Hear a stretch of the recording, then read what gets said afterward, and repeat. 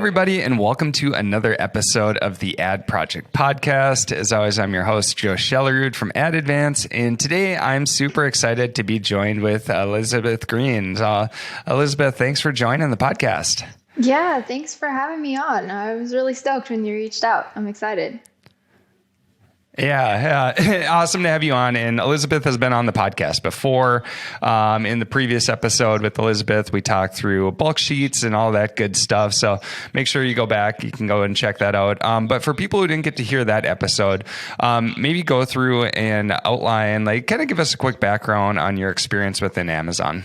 Yeah, definitely. So I am one of the co-founders of an Amazon advertising agency called Jungler. So we help sellers. If you need help managing your ads, we can help with that. Backstory, we've been in this space for a little over 3 years now, definitely growing as the Amazon advertising space grows as well. So we've been able just to kind of enjoy, growing along with the platform, the team, being able to explore all of the new up and coming options. I think the newest thing that was like a big hubbub when we first got into it was like all the different targeting types being split out in autos. And that seems like a lifetime ago. So there's been a lot. Sure. Yeah, that's awesome. And I love your take on just kind of how you look at the Amazon space as a whole. And so one of the things that we wanted to talk about on the episode today is just really talking through how we evaluate performance overall. We get to look at a lot of accounts. You get to look at a lot of accounts and screen them and really determine what's a successful campaign look like, or a successful strategy look like, or what's good performance. And so that's kind of what I wanted to focus on today is when you start digging into accounts, what's some key things that you're looking at, and how do you frame up success overall, or if a campaign or an account is starting in a good spot or a bad spot? Yeah. So I think there's some definite benchmarks that can, kind of overarchingly be applied to most accounts. I would say that's definitely one of them is conversion rates. If you have products that just don't convert, I don't care how much traffic you give them, you're not going to get good performance out of those, typically speaking. Another thing that we will probably evaluate, one thing I've been looking at a lot that gives me context for how important the ads are to the account is what I've defined as ad sale percentage, basically it's the reliance of the account on the ads. So you basically take your ad sales divided by total sales, and it just gives you a benchmark. I don't think, if you got 100% of your total sales coming from the ads, that's probably either you're in the very first few days of a launch phase or something's really, really wrong. But what I find by at least going in eyes wide open to a new account, this lets me know, hey, if I make drastic changes on the ads side, how much impact is that going to have on total sales? So that's something I've been becoming, it was always something we tracked, but I'm becoming more and more aware of it as the ads get more and more competitive. And we have a lot more clients saying, hey, we need to meet these lower numbers. The market just naturally is increasing cost per clicks. And so oftentimes that can result in higher ACoS numbers, and maybe, where we're kind of trending to is not where we want to be. So we need to bring that down. But as we bring that down, that just naturally means lowering bids, which means getting less aggressive, which can mean lower rankings. So you can kind of end up with this snowball effect if you're just not aware. So I find that the more reliant we are on the ads, just the more of a tightrope it is to walk as we try and walk back the account to a more stable place, I would say. Sure. And so if you're looking at an account, for somebody who's listening, I know it depends on the category and the products and everything else like that, but what is a total advertised cost of sales or total tacos that you like to shoot for? And then maybe just walk through some other nuances that you kind of look into when you're determining if this is good or bad, or we need to get the tacos down, or this is acceptable. Yeah, so I find the more relative you can get, the more you're going to be able to add context to what you're targeting. So if you're a seller and you say hey, I need to hit 10% tacos and 25% ACOS. If my question was like, oh, okay, why are these our targets? If it's like, oh, somebody else told me that that's what I need to be hitting. It's like, well, maybe, but maybe not. So I think one thing we always ask clients is like, hey, what are your margins? If we can get margins on a product level, that's even better. I find the more savvy the sellers are, the more they're taking a look at things on a per product level versus overall account levels. The larger your account gets, the more, I would say, difficult this can be, because you have so many different SKUs. But I still think there's a lot of validity, and at least, a minimum every quarter or so, I would say, going in and like evaluating, okay, how are these products, how are these groupings doing? Because you can have one product that's a hero product that is kind of propping up your entire account, and then you can end up with a whole bunch of other products that are just running very unprofitably in the ads as well as like in the organic. And either you need to like, maybe those products need an update because the conversion rates aren't that great. There's normally some sort of underlying issues, but if you don't ever take a look at that and like really dig into the accounts, you can end up with like a whole bunch of things just kind of hiding there, that if you actually took a look, you would realize that aren't running as well. And that can definitely help overall, I would say, account health. That's awesome. That's awesome. Yeah. And I love your approach too on taking it down to a product by product level. From the, if we look at the account as a whole, like you said, there could be some hero products that are making the overall advertising metrics look really good. But at the same time, there could be a ton of products that are actually eating the profits from those hero products. And so I love the approach of really taking it down to a product by product level when you're evaluating overall performance versus just looking at account health as a whole, because those hero products can really mask some underlying issues. Yeah, I think why a lot of people don't take it down to the product level is because it's very difficult. Like it's no small feat Sure. to aggregate all of the data needed to really be able to tell the true story. Because while you can, if you have good naming structures, perhaps look at the like just kind of what campaigns are advertising. Like there's a lot of people who will put the ASINs in the campaign name, or you might put the SKUs, you might put a specific like naming tag for a product set. And while you can do like a search and just see like, okay, these are performing like this, that should be overlaid with like overall performance data, which you would get like oftentimes in business reports.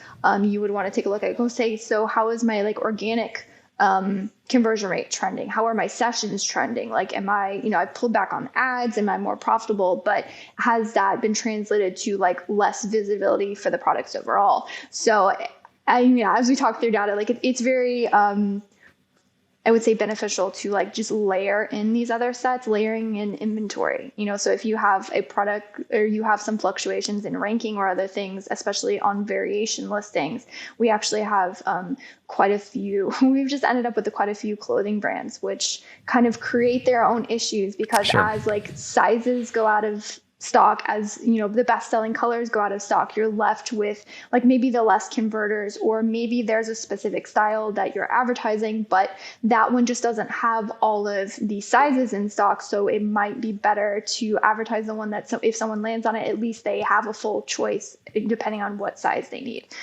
So there's lots of things to navigate and overlay when you're looking at things at a product level. So I do recognize that comes with its own set of just trickiness, really. But I still think if you really want to get a feel for how your account's trending, as well as how you can kind of move towards better overall account health, that's really how you should be looking at it. That's awesome. That's awesome. And are there any tools that you're using? I know you love digging into spreadsheets and everything else like that. So how are you breaking down performance on like a product by product level? Yeah, so we had built our own in-house solutions, mainly off of a lot of spreadsheets, a lot of pivot tables, manipulations. I had looked into a lot of different tools. There's some really great tools out there. I know I think some of the sellers or other agencies I've talked to have maybe sometimes we'll get access to our clients' tools. Like oftentimes they're using some sort of profit tool and they'll give us access to it. But we just recently officially onboarded with a software provider called KPOC. I didn't even know who they were in the space, and I demoed the software and I'm like, this is amazing. So now we're actually able to overlay like inventory, conversion rate stats, and ad stats, sessions, like every single thing, and it's broken down into a SKU level. And they have some really amazing capabilities to like slice and dice and get insights into, what are we advertising that has low inventory, because that has been for a lot of us agencies, we're just kind of incumbent upon the sellers to inform us like, hey, our best seller's going out of stock or something's going out of stock. I've been realizing like there's so many things outside of the levers that I pull that actually affect what we do and help us better, I guess you could just say, have a better lens to view like what number trends we're seeing.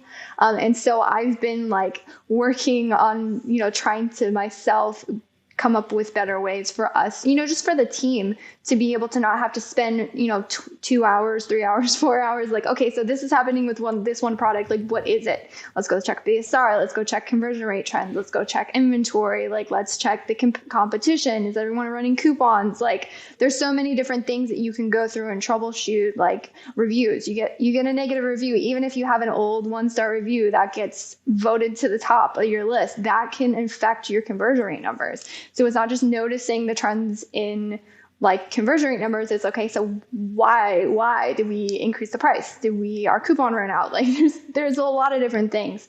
And so I'm definitely really excited for our team, to just keep digging into the tool. I find as we've started to use it, for me to answer those questions, what happened? I've been using that tool a lot. So I'm pretty stoked. That's awesome. Yeah. And a ton of great insights, like you were saying there too. As you're digging into different accounts and, as you get to look at different new account performance for, say, new clients that you want to sign on, like, are there any key opportunities that you typically see that you feel like people are underutilizing right now, or any key focus areas that you always are able to increase performance after you take over the account? Yeah, definitely. So one big thing is, trying to think what we overall, definitely we look at like ad sale percentages just to give an idea of kind of like what we're getting into. Like I said, looking at overall trends in like ACoS and total ACoS, I think is pretty normal to look at. The other thing we'll look at is like just the amount of data that's not being used in the account. I think that's another common thing to look at. Like, hey, we paid for a lot of data and we've gotten a lot of feedback on it, but we're not fully utilizing that. And then it's very common, again, to take what you're using inside of sponsored products and then see if that's even been attempted to be tested in like other ad types as well. So that's something we look into heavily. And then again, those data points are something that everybody should be looking in, but as you gain more and more products in the account, that's harder and harder to really dig out on the level. Because what you should be doing is looking at what search terms are converting for a specific product and then translating it to additional ads in that specific product. Again, that can be tedious to pull out. I think we have good systems for that. But for sellers, I do recognize that that's a pain point once you get up into like 150, even 1,000 SKUs. At some point, it's completely overwhelming. But that's definitely something that I feel like is really good for our clients. And then just taking a look at the current structure. So we typically go through and evaluate like the top couple hero products, and then what is being done for that, like how well is that built out? Because as a product matures, you should get a more and more sophisticated sort of campaign structure, like specifically calling out like more like long tail keywords or things, or keywords that are converting very well for the product and are sort of, helping to maintain ranking. How are we doing on budgets for those? Are we ranking on those? Has that slipped? There's always something to be done in accounts, because you should be always testing some things, and you should always be, just kind of reevaluating the performance on a constant basis. And then just, even we do a lot of internal evaluations for the account managers. Like it's upon them to like a couple times a week, go in, check, watch our trends. And then another couple times a month, we're doing like a complete reevaluation of strategy. So yeah, there's always something to be found in accounts, but I would say that those are some of the bigger ones. Yeah, for sure. And I love your focus on constantly testing as we're going. Like the landscape is constantly changing. New features are constantly coming out. Product performance changes as you get better or worse reviews, or you have new competitors in the space. Bids are going up and down. And so there's so many different items that are changing overall that I love that approach and definitely agree. We always have to be testing new items or we're going to get left in the dust by those who are. Also love the perspective on, looking at sponsored products and then seeing, are there different areas where we can cross utilize different targets, either sponsor brands or sponsor display. Lots of good stuff there. And so, like you said, I think it's the constant movement and making sure we're testing, but then I also love your perspective on taking a step back, on a little longer time periods, and then making sure that the overall strategy makes sense, not just focusing on the execution of the day to day, but taking that step back and looking at that longer viewpoint overall, because advertising is just one piece of our overall seller accounts. Yeah, I 100% agree. And I think I neglected to mention it when we first got into talking about strategy. But a big thing is to know like what you need to do. Because different clients are actually going to have different objectives. And I think it's important for us to take that into account when we're doing strategy. I mean, it'd be very easy for us to go in and just take a look at nothing else but like business reports and the ad console and say, oh my goodness, there is so much potential here. Like we really need to push this product. We've slipped in rankings. We see like the ability to gain like more overall total sales numbers. And so we would build out maybe a more aggressive strategy for that one. But if we neglect to consult the client on what they're looking to do, we might miss the piece that like, hey, their shipping costs have gone up and their margins are lower. And so at this point, it doesn't make sense for them and their business to push that particular product more aggressively, even though, again, if we're just looking at potential in business reports or in the market, we may come up with something that's completely different. So while like we're definitely, I would say, full service in the fact that, give us a product and we'll advertise it, I don't feel like the client should be have to go in and like do keyword research and say, oh, we need to run this. Oh, there's this new ad type. Like that's our job to bring that. That being said, we definitely need to make sure that we're not discounting their insights into just their overall business goals when we go about and build ads. Yep. And I think that's one key piece that some people miss is just feeling that every business should get fit into this one size fits all box.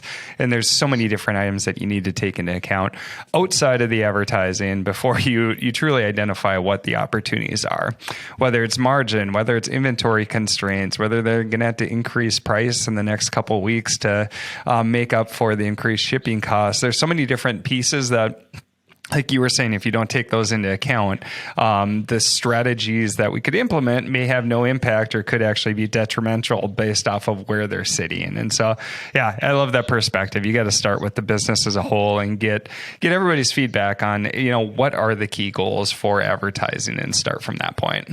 Yeah, definitely. And I'm bringing you back to looking at things on a product level.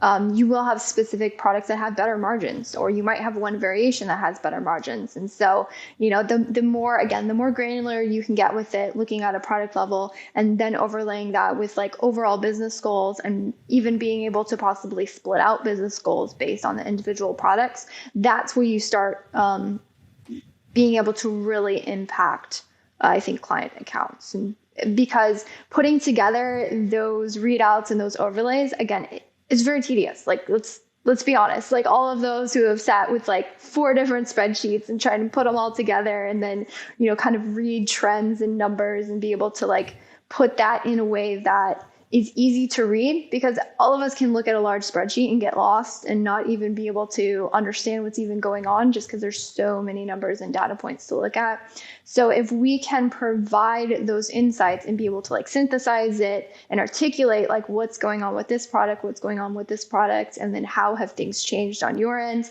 and then us being able to kind of guide strategy to be able to fit whatever individual product goals. Again, it means that we have a lot of work to do, but if that's where the best results are going to be for accounts, I'm all for it. Yeah, I love that. Yeah, part of our job is being translators to take the numbers, these abstract numbers that show up on a spreadsheet, and then be able to tie that back into what those key goals are and understand if what we're doing truly makes sense. Is it feeding the business or is it detracting from the business? And hopefully it's feeding the business. And totally get that. And I love that too, because it's just the amount of data that's now available, it can be overwhelming. And so what's the key pieces? What's the story that goes behind that? It's a critical piece that agencies like yours and ours can help provide. Yeah, so I'm curious on upcoming, like what's key things that are on your radar going forward for Amazon advertising with everything changing? Like, are there any key updates that you expect, or key changes, or key focus areas, or opportunity areas that you're looking into? I think so. I mean, a lot of things are the same and a lot of things change. Like OG ranking is still exact match product targeting. I don't know if that will 100% change. Not that I'm not product targeting, sponsored products. My bad, misspoke. I don't see that changing anytime soon. Not that I discount any other match types or any other ad types. Like there's validity to everything we run, and there's validity to going very wide with your account as things get more competitive. That being said, I think what we've been trending to is not necessarily specific builds, because I don't think like you can build in an exact match campaign, I can build in an exact match campaign. But what I've seen in trends is taking a look or being more specific or more conscientious about what we're actually targeting, like what keywords we're targeting, what we're going after. And to me, it's going to be the people who can kind of read into the numbers and then make a determination, because as cost per clicks go up, top of search is just going to get more competitive, but top in search is getting more valuable because of how everything's getting really saturated. So it's going to be, I think, more a matter of picking your targets and being able to read the numbers and determine, is there an upside in this? Because I always tell clients or anyone asking me, like, there has to be a long-term upside. If we're losing money on top of search ranking campaigns, but we're maintaining ranking, and we can correlate that with increases in total sales numbers and our total ACoS numbers are steady, then it makes sense for us long-term to run this strategy. Sometimes it doesn't. Sometimes you run that and then total ACoS numbers increase. And it's not that you shouldn't have done that test or there's anything wrong with it. Like, you definitely should test it. But maybe profitability long-term, there's just no long-term upside to this. Even if we maintain rankings, even if we, maintain increased total sales volume, we're just not seeing the profits that make this sustainable. And at that point, maybe we need to pivot to find different targets. So I think it's going to be more, again, like you said, data, being able to read it, getting more and more savvy about what's working and what's not working. And again, the more incremental you can get with that, the more you can kind of wrap your head around these larger accounts and really dig into specific products. I think that's where you're going to be able to get a leg up. I love it. Well, Elizabeth, always love your perspective. And for those who want to connect with you, find out more about you, where should they go? Yeah, definitely. So if you just want to follow content or see what I'm on about, LinkedIn is the best place for that. I put up the most content there. And then as far as working with us, you just want to check us out, you can go to the website, which is Jungler, JUNGLR.com.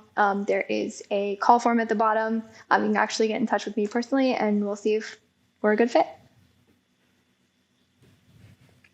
That's awesome. Yep. So definitely check out Elizabeth. Make sure you're following her content. She puts out a lot of awesome stuff. So yeah, Elizabeth, again, thanks for joining the podcast. And for everybody else who's listening, appreciate you listening to the Ed Project podcast again.